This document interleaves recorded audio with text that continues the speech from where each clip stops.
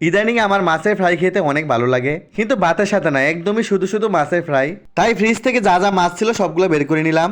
বেশি কিছু ছিল না, শুধু একটা বড় রূপচাঁদা ছিল আর সাথে ছিল কয়েকটা কাইক্কা মাছের পিস, আর হ্যাঁ সাথে একটা টোনা মাছের পিসও ছিল। তো সবগুলা মাছ আমি ফ্রিজ থেকে বের করে নরমাল করে নিলাম। আর মাছগুলোকে প্রথমে কেটে কুটে পরিষ্কার করে নিতে হবে। রূপচাঁদা মাছটাকে প্রথমে আমি কেটে নিব, এরপর সবগুলা মাছকে আমি ভালো করে ধুয়ে নিব। একটা পাত্রের মধ্যে পানি দিয়ে মাছগুলাকে ভালো করে ধুয়ে নিচ্ছি। ধোয়া হয়ে গেলে মাছগুলোকে একটা চালনের মধ্যে তুলে নিলাম। এরপর রূপচাঁদা মাছটাকে একটা বাটির মধ্যে নিয়ে নিলাম আর সব ধরনের মশলা দিয়ে দিচ্ছি। মাছ রান্না করতে যা যা মশলা দরকার দিয়ে আমি এগুলাকে এখন হাত দিয়ে মেরিনেট করে নিচ্ছি। যেহেতু এগুলো সমুদ্রের মাছ তাই একটু সামান্য আদা রসুন দিয়েছি, সাথে একটু লেবুর রস দিয়েছি যা অফ ক্যামেরাতে ছিল। লেবুর রস দেওয়াতে সমুদ্রের মাছে যে একটা ব্যাড স্মেল থাকে সেটা চলে গেছে। এখানে মরিচের গুঁড়ো একটু বেশি পরিমাণে দিয়েছি। অফ ক্যামেরাতে কিছুক্ষণ মাছটা রেখে দিলাম আর চুলার মধ্যে একটা কড়াই বসিয়ে দিলাম। কড়াইয়ের মধ্যে তেলটা গরম হয়ে আসলে এখন আমি রূপচাঁদাটা দিয়ে দিলাম। যেহেতু রূপচাঁদা মাছটা অনেক বড় তাই একটা একটা করে মাছ ভেজে নিতে হবে। আমি মিডিয়াম হিটে মাছগুলোকে সুন্দর করে ভেজে নিচ্ছি। একটু পর পর উল্টে পাল্টে দুই সাইডে ভালো করে ভেজে নেওয়া হবে।